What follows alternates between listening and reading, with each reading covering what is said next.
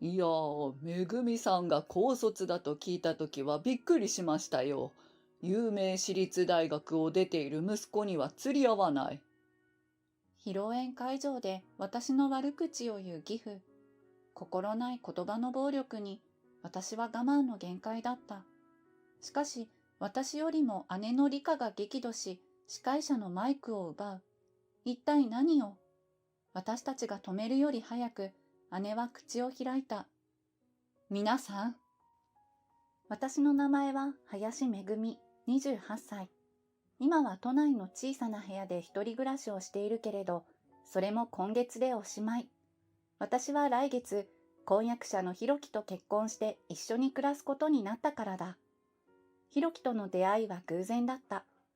遅くまで残業をしたある日の夜、ヘトヘトの状態で最寄り駅の改札を出ると、駐輪場でうずくまっているスーツを着た男性を見つけた。開けっぱなしで中身が丸見えのカバンに汚れたネクタイ。明らかな泥酔状態だ。時折うめき声も上がる。飲みすぎで気分が悪いのだろう。でも彼を心配する人は誰もいない。みんな見て見ぬふりをして彼の前を通り過ぎていく。最初は私も無視をしてまっすぐ家に帰ろうと思った。今日は残業でとても疲れているし、彼だっていい大人なんだから自分で何とかするだろう。しかし最悪のケースが一瞬頭をよぎる。もし千鳥足で道路に飛び出して車にひかれたら、もし吐砂物が喉に詰まって窒息してしまったら。過去に両親を不慮の事故で亡くした私は、彼のことを放ってはおけなかった。あの、大丈夫ですか？お水です。そこのコンビニの。よかったらどうぞ。すみません。彼は私が渡したペットボトルの水をゆっくりと飲み始めた。顔色は悪いが、意識はしっかりあるようだ。じゃあ、私はこれで。あ、水のお金、払います。いえ、大丈夫ですから。大した金額じゃないし。ダメです。ちょっと待ってください。あれ？財布どこだ？カバンとスーツのポケットを何度も確認するが、財布は見つからない。お財布、落としたか盗まれたんですかね。携帯とか家の鍵大丈夫ですか？その二つはあります。でも、どうしよう。俺の家、ここから3駅先なんですよね。車内で気持ちが悪くなり、途中下車をして今に至るらしい。嘘をついているようには見えない。ここで見捨てるのはあまりにもかわいそうだ。はい、これ、タクシー代5000円で足りますか？え、いいんですか？本当に何から何まですみません。お水のお金と一緒に後日必ずお返しします。こうして私たちは連絡先を交換した。あれから3年、誠実な人柄の彼に惹かれ、交際を始めたのはすぐだった。先月されたプロポーズにうなずき、今日は両家顔合わせの食事会の日。婚約した直後にする予定だったが、義母の体調が悪く、ずっと延期になっていたのだ。結婚式前に何とか開催することができてほっとしている。他界した両親の代わりに、今日は姉夫婦が出席してくれる予定だ。あれ？お姉ちゃんだけ？匠さんは？ごめんね。仕事でトラブルがあったみたいで、会社に行っちゃったのよ。数分後、ひろきのご両親も到着し、食事会がスタートした。義母は気さくで、私や姉とすぐ意気投合。和やかな始まりにほっとしていたのだが、めぐみさん、おいくつでしたっけ？お仕事は？乾杯の前から義父は私にやたらと質問をしてきた。ひろきは父親に私のことをあまり話していないようだ。31歳です。人材派遣会社で事務をしております。へえ、ジムね。大学は何を専攻していたんですか？大学には進学していません。え？高卒？それは困るな。何か問題でも？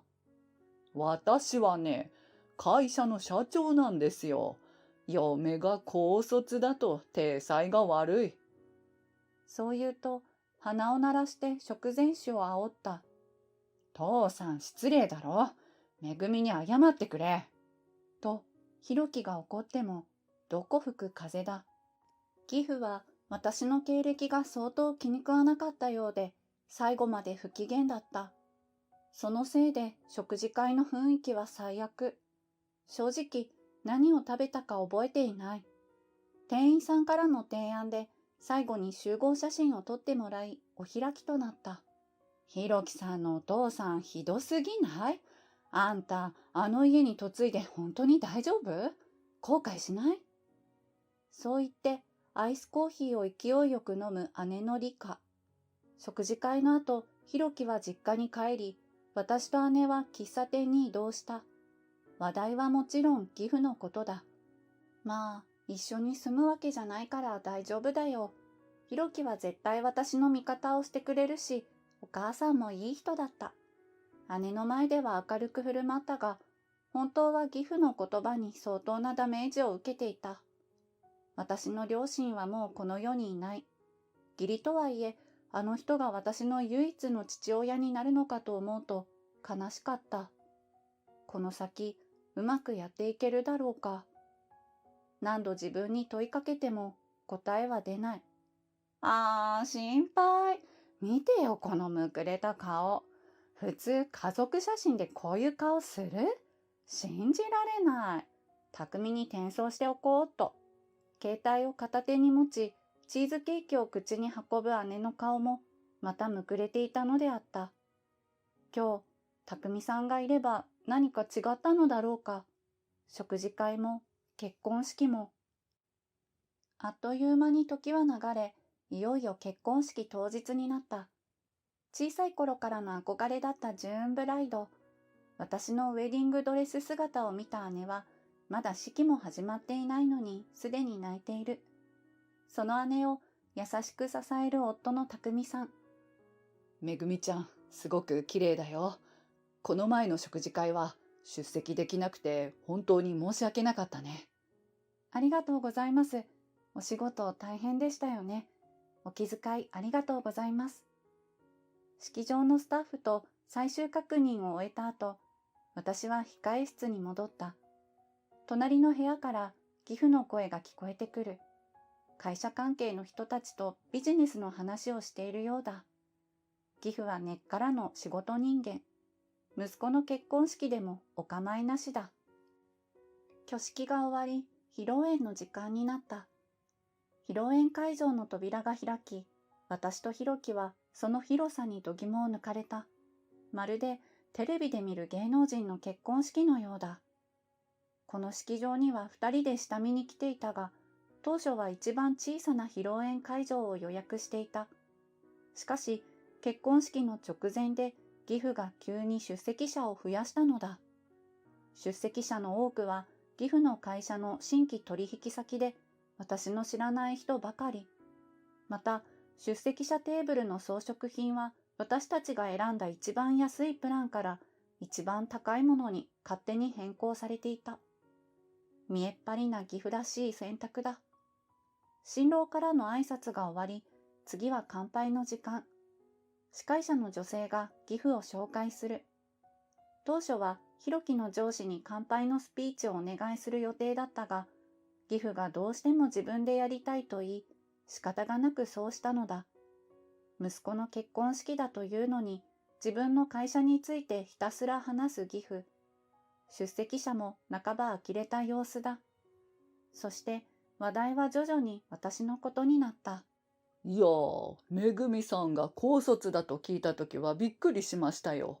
有名大学を出ている息子には釣り合わない。でも、ひろきが私の言うことを聞かないものですから。スピーチをやめさせようとするひろきを私が止める。人様の前で醜態を晒したくはない。スピーチが早く終わりますように。ただそう祈った。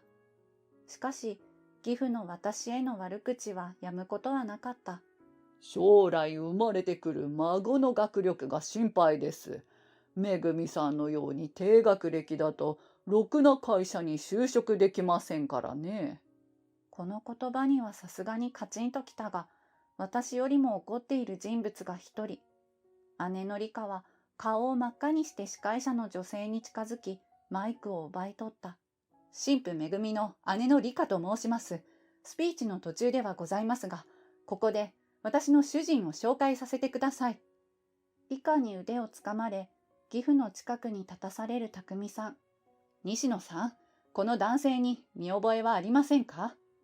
義父、出席者、ひろき、全員がポカーンとした顔をしている。この人はあなたの息子ですよ。30年前にあなたと不倫相手との間にできた子供です。動揺を隠しきれない義父とざわめく出席者たち。しかし、理科の攻撃は続く。あなたは養育費を一切払わなかったそうですね。そのせいで主人は大学には行けませんでした。でも、今は一流の IT 企業に勤めています。義父の顔がみるみるうちに青ざめていく。理科はさらに続けて何かを言おうとしていたが、会場のスタッフにマイクの電源を切られてしまい強制終了。隠し子がいたことに激怒した義母は、義父を会場から連れ出し、騒然となった会場は一旦歓談の時間となった。お姉ちゃん、匠さんがお父さんの隠し子って本当？どうして知っているの？本当だよ。黙っていてごめんね。両家顔合わせの食事会で写真を撮ったでしょ？あれを匠に見せたのよ。そしたら、あなたのお父さんを指さして、この人を知ってるって言い出して。匠さんが申し訳なさそうな顔をして近づいてくる。めぐみちゃん、理科を止められなくてごめんね。今日はめぐみちゃんに謝ってばっかりだな。私のことは大丈夫です。それより、匠さん、お父さんのことをどうして？数年前に探偵を雇って父親を調べてもらったんだよ。若い頃は自分を捨てた父親のことなんて興味がなかったけれど、徐々に父親の素性が気になってね。匠さんが悲しげな顔をしている。自分の父親にはもう別の家族、それも幸せを絵に描いたような素敵な家族がいることも分かってショックだったな。母親と俺はずっと貧乏だったから。その言葉に、隣にいたひろきも心を痛めているようだった。匠さん、バカ親父がすみません。父に代わって謝ります。ひろきくんは何も気にしなくていいからね。それにしても狭い世の中だよな。まさかこんな形で父親に会うとは思ってもみなかったよ。それに弟にも。会場スタッフのサポートもあり、披露宴は何とか終了。結局、義両親は最後まで披露宴会場には戻ってこなかった。世間体を気にする義父にとって最悪な日になったに違いない。あれから数ヶ月が経ち、私は今、ひろきと幸せに暮らしている。今日は義母の誕生日をお祝いするためにレストランを予約している。ねえひろき、ワンピースこれとこれ、どっちがいいと思う？右の白い方がいいんじゃない？義母に会うのは結婚式以来だ。隠し子が発覚したことにより、義両親は離婚。婿養子だった義父は、家族からも会社からも追放された。義母もひろきも、義父とは一切連絡を取っていないようだ。あの年齢で再就職先を見つけることは困難だろう。しかし、すべて彼自身の身から出た錆。同情する余地はない。現在は、ひろきが社長として会社を経営している。突然の社長交代劇に、社員も取引先も驚き不安そうにしていたが、ひろきの努力と義母の支えもあり、今では期待の若手社長とまで呼ばれるようになった。義母の誕生日プレゼントを持って家を出る。歩きながら、ひろきが私に話しかけてきた。なあ、めぐみ。俺たちが初めて会った時のこと覚えている？どうしたの？急に。もちろん覚えているけど、ひろき、泥酔していたよね。うん。あの日さ、やけ酒をしちゃったんだよ。そういえば、ひろきに酔っていた理由を聞いたことがない。普段はお酒を飲まないひろきがやけ酒をするなんて珍しい。やけ酒？さては元カノにでも捨てられたな。からかう私にひろきは真剣な表情で答える。違うよ。あの日、親父に隠し子がいるって分かったんだ。ずっと言い出せなくて。ごめんな。え、匠さんのこと知っていたの？いや、隠し子の存在だけ。誰かまでは知らなかった。ひろきはあの日父親の部屋で偶然不倫相手とその子供に関する書類を見つけてしまったのだ。自分の父親が不倫をして、しかも子供がいるって分かったら普通の精神状態じゃいられないよね。やけ酒も納得だよ。うん。あの日は今までの人生の中で一番辛い日だった。でも一番嬉しい日でもあったよ。え、なんで？めぐみと出会えたからだよ。ひろきからのストレートな言葉に私は思わず顔が赤くなった。もう、人生で一番嬉しい日は7ヶ月後のはずでしょ？そうだな。私のお腹に優しく触れるひろき。来年の春、私たちは親になる。学歴なんかどうだっていい。ただ、元気いっぱいで、ひろきのような優しい子に育ってほしい。レストランに入ると、すでに義母が席に座っていた。今日は誕生日のお祝いがメインではあるが、妊娠のサプライズ報告も兼ねているのだ。お母さん、実はご報告がありまして。義母のリアクションを見るのが楽しみだ。